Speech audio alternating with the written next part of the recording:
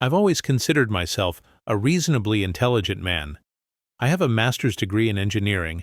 I've built a respectable career designing bridge support systems that keep thousands of commuters from plunging into various bodies of water, and I once assembled an entire IKEA bedroom set without a single leftover screw. And yet here I am, on day 5 of a 7-day Mediterranean cruise, watching my wife feed a chocolate-covered strawberry to another man while I contemplate doing scandalously non-matrimonial things to said man's wife.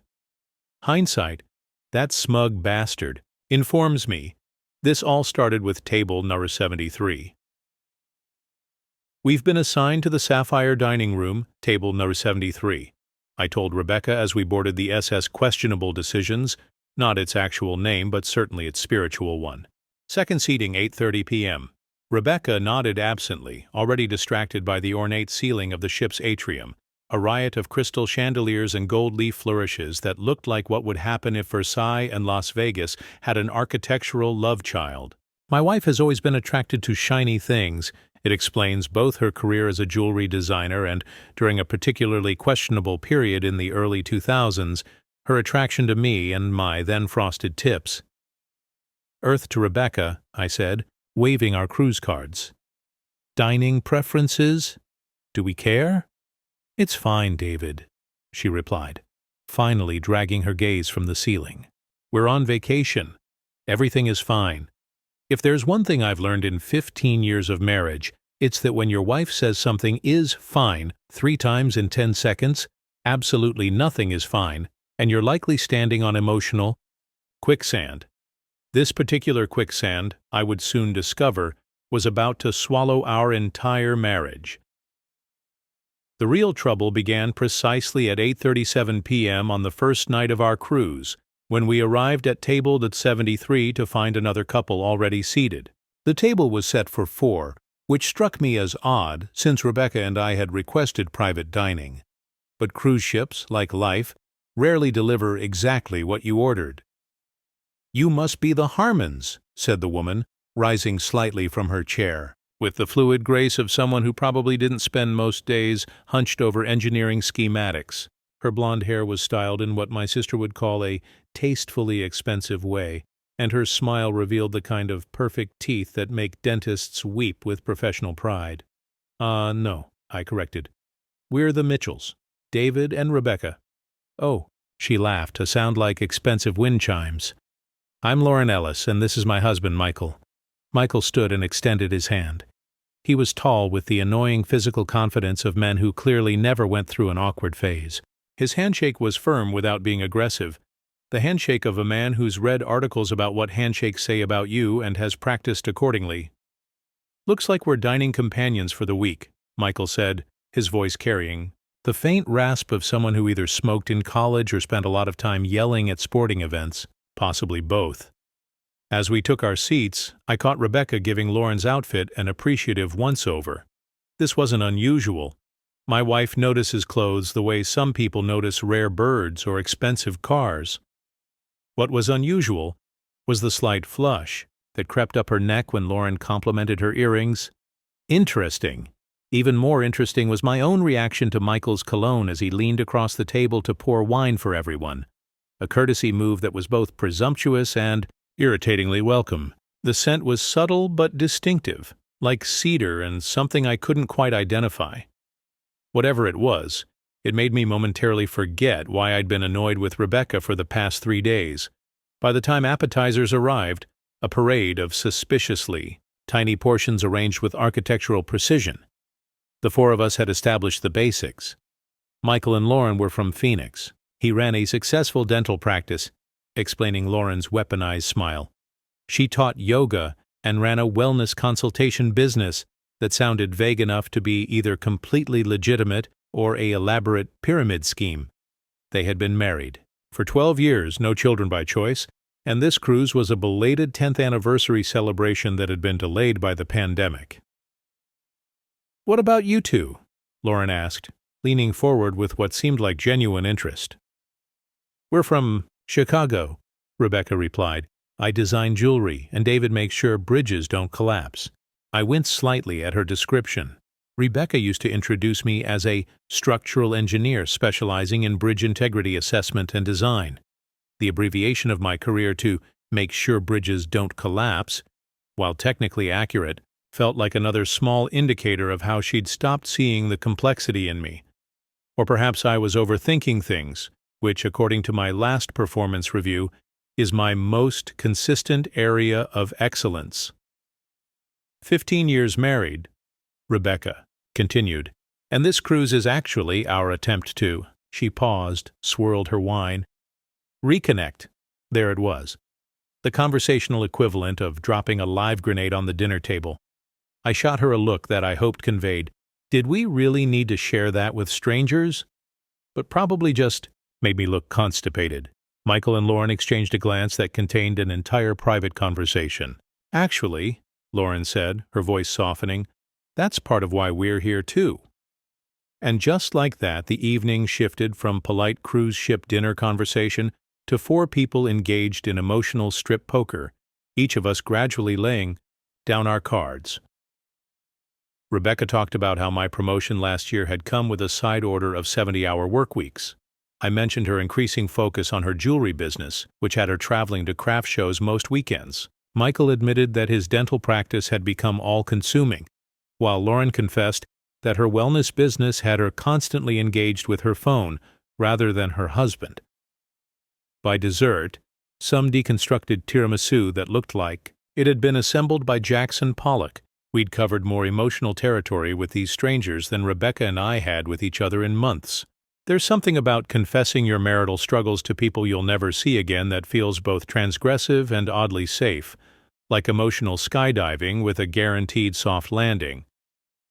As we finished the second bottle of wine, Michael's suggestion, my credit card, Lauren proposed a toast to new friends and second chances. The way she looked at me when our glasses clinked sent a current through my body that had nothing to do with the ship's engines. The rest of that first evening is a blur of shared laughter and increasingly intimate conversation at the ship's Starlight Lounge, where a piano player with the enthusiasm of an aerobics instructor and the repertoire of a 1980s radio station kept us entertained until well past midnight. I remember Michael asking Rebecca about her jewelry designs with such specific questions that she practically glowed with appreciation. I remember Lauren listening to my explanation of the engineering challenges of suspension bridges with what appeared to be genuine fascination. I remember thinking that this was how Rebecca and I used to be with each other, genuinely curious, fully present. I don't remember deciding to meet them all for breakfast the next morning, but somehow that became the plan. And breakfast led to a joint excursion in Marseille, which led to poolside drinks, which led to another dinner, which led to dancing, which led to, well, that brings me back to day 5. It happened so gradually that it's hard to pinpoint exactly when the lines began to blur. Was it during our tour of the Roman ruins in Civitavecchia, when I found myself helping Lauren over a rough patch of stones, my hand lingering on the small of her back?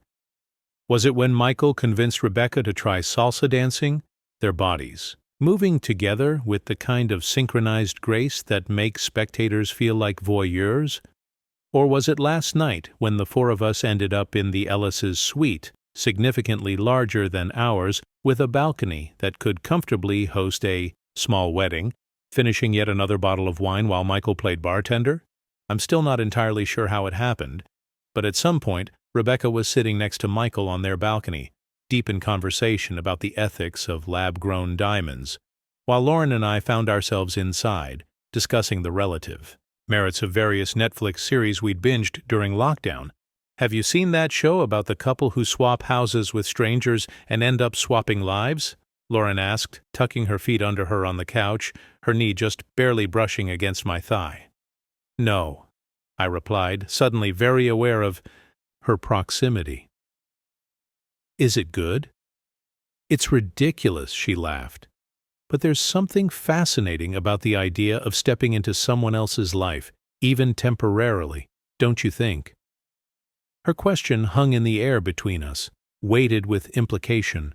Through the balcony doors I could see Rebecca laughing at something Michael said, her hand resting casually on his forearm in a gesture I recognized. It was how she used to touch me, I should have felt jealous. Instead, I felt a strange combination of distance and curiosity, as if I were watching a movie about my marriage rather than living it. Sometimes I wonder, Lauren continued, her voice dropping to a near whisper, what it would be like to be someone else for a little while, to make different choices. And then she kissed me. Or maybe I kissed her. The details are foggy, obscured by wine and the disorienting realization that I wasn't pulling away. What followed was a conversation between the four of us that started awkwardly, progressed to brutally honest, and ended with a proposition that would have seemed insane just 5 days earlier. For the remainder of the cruise, we would swap partners, just for the experience, Michael clarified, as if we were discussing a shore excursion to a local cheese factory rather than a complete rearrangement of our marital boundaries. What happens on the cruise stays on the cruise, Lauren added, invoking that bizarre moral loophole that seems to exist only on vacation and in Las Vegas. Rebecca, to my astonishment, was the first to agree. We're all adults, she said with a shrug that attempted casualness but couldn't quite hide the excitement in her eyes. And it's not like we'll ever see each other again after Saturday. I should have been the voice of reason. I should have pointed out all the ways this could go catastrophically wrong. I should have remembered that I am, at heart, a man who designs structures specifically to prevent collapse. Instead, I heard myself say, why not? And that's how I ended up sharing a cabin with Lauren Ellis for the past 48 hours, while my wife explores the possibility of dental benefits with Michael. The strangest part? It's been illuminating in ways I never expected. Lauren and I stay up late talking about books I've never mentioned to Rebecca because she doesn't enjoy reading. She asks questions about my work that make me feel like I'm doing something important rather than just preventing theoretical disasters. She laughs at my dry jokes instead of rolling her eyes. With her, I'm a slightly different version of myself. More interesting, more engaged, more present. But there are moments when she does something, uses a phrase or makes a particular gesture that reminds me she's not Rebecca. And in those moments, I feel a sharp pang of something that might be guilt or might be loss. Meanwhile, Rebecca seems to be blossoming with Michael. I've seen them together around the ship, at the pool, in the casino, at the breakfast buffet. She laughs more freely with him than she has with me in years. She seems lighter, more animated. It should hurt to see this, but mostly it makes me sad for what we've lost without even noticing it was gone. Last night, Lauren asked me a question as we lay in the darkness of her cabin. The gentle rocking of the ship, a reminder that we're suspended between worlds. Do you think this is just a fantasy, or is it showing us something real? I didn't have an answer then. I'm not sure I have one now, as I watch Rebecca feed Michael that strawberry, her fingers lingering near his lips in a gesture so intimate it makes my chest tight. What I do know is that tomorrow we dock in Naples, and Lauren has suggested the four of us take a day trip to Pompeii, an ancient city frozen in time by disaster, its residents captured in the midst of their ordinary lives when everything suddenly changed. The irony isn't lost on me, and after Pompeii, we have exactly 36 hours until we return to Barcelona, disembark, and return to our real lives. Lives where Michael and Lauren apparently live in the Scottsdale area of Phoenix, and we live in the Lincoln Park neighborhood of Chicago, and never the twain shall meet. Except, this morning, while Lauren was in the shower, I made the mistake of checking my email. Nestled between a Costco promotion and a bridge inspection reminder was a message from American Airlines confirming my upcoming flight from Barcelona to Chicago with a connection in, you guessed it, Phoenix. I sat there, staring at my phone, as the implications sank in. A 3-hour layover at Phoenix Sky Harbor International Airport, the same airport Michael and Lauren would presumably be flying into. Possibly on the same day, possibly within hours of us. I haven't mentioned this coincidence to anyone yet. I'm not sure why. Perhaps because acknowledging it would force us all to consider that the membrane between fantasy and reality is thinner than we'd like to believe. That actions on a cruise ship don't actually stay on a cruise ship, They come home with you, hiding in your luggage between the duty-free liquor and overpriced souvenirs. Or perhaps it's because part of me is already considering the possibilities.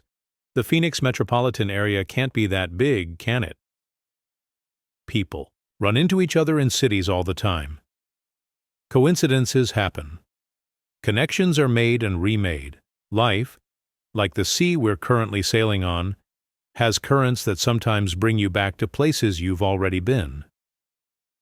Lauren emerges from the bathroom, wrapped in a fluffy white robe with the cruise line's logo embroidered on the pocket. Her hair is damp, her face free of makeup, and she looks both younger and more real than she did that first night at table 73. "What should we do today?" she asks, sitting beside me on the bed. "We could try that rock-climbing wall, or there's a wine tasting at 2. I look at her. This woman I've known for less than a week, and yet have shared more with than some people I've known for years. I think about Rebecca and Michael, about marriage and choices, about bridges and the spaces they connect. "Actually," I say, closing my email app without mentioning the Phoenix connection, "I was thinking we could just stay here for a while, maybe order room service." She smiles, and I see a flicker of understanding in her eyes. We both know we're running out of time in this strange liminal space we've created. Soon enough, we'll have to face the consequences of our 7-day switch. But not quite yet. "Room service sounds perfect," she says, reaching for the menu on the nightstand. "What should we get?" What indeed?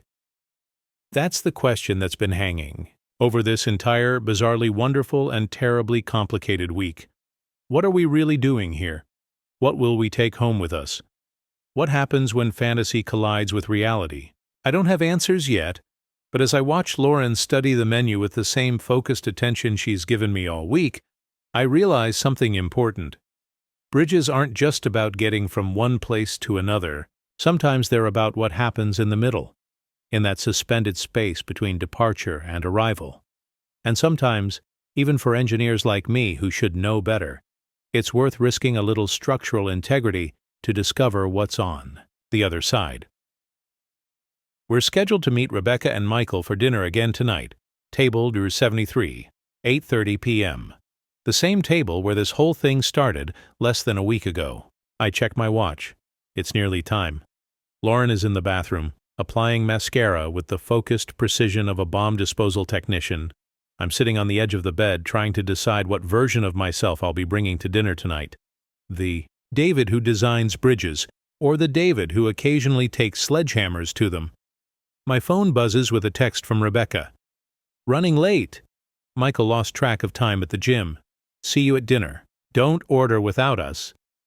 The message is so perfectly ordinary, so completely in character for the Rebecca I've known for 15 years, that it momentarily disorients me, as if the woman who's been feeding chocolate-covered strawberries to a dentist and sleeping in his cabin is a completely different person from the woman who sends practical, slightly bossy texts about dinner timing.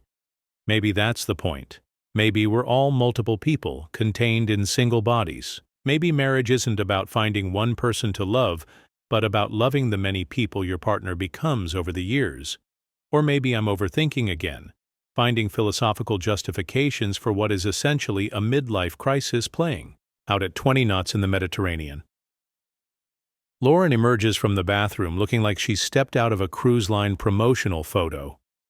"Ready?" she asks, her smile a little too bright, betraying the same nervousness I feel. I nod, offering her my arm in a gesture that feels both old-fashioned and appropriate for whatever this strange new dynamic between us has become. As we make our way to the sapphire dining room, I can't help but notice how many of our fellow passengers now recognize us as a couple. The maitre d' who seats us, the bartender who remembers Lauren's preference for extra olives in her martini, the photographer who asked us to pose together at last night's formal dinner. To them, we're just Mr. and Mrs. Ellis, another married couple enjoying a luxury cruise. They have no idea that in less than 36 hours, this particular version of ourselves will cease to exist, replaced by the original, factory settings of our actual marriages. Unless has been growing in my mind like a dangerous crack in a support beam. Unless we don't go back.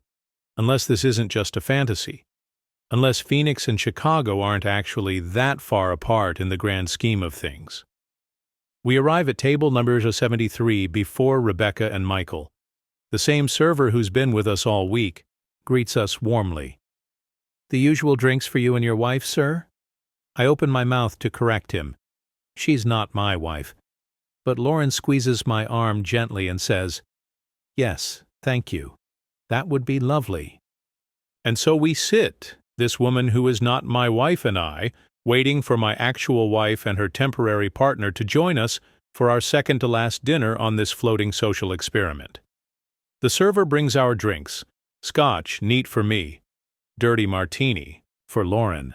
We clink glasses silently, both lost in our own thoughts. "Do you think they'll be different?"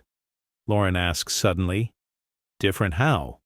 "Different from when we started this arrangement, when we go back to being just ourselves with our actual spouses. Do you think it will change things?" It's the question I've been avoiding since that first kiss, because the answer is terrifyingly obvious. Everything's already changed, I say quietly. We just haven't had to deal with it yet. She nods, taking a long sip of her martini. "Michael asked me last night if I would consider moving to Chicago." The statement lands between us like a depth charge, sending ripples through the careful narrative we've constructed. So Michael's been having the same thoughts I have. That doesn't surprise me, but it does complicate things immeasurably. "What did you say?" I ask, my voice carefully neutral. Lauren's answer is interrupted by the arrival of Rebecca and Michael, both slightly flushed and laughing about something I'm not privy to. They look happy.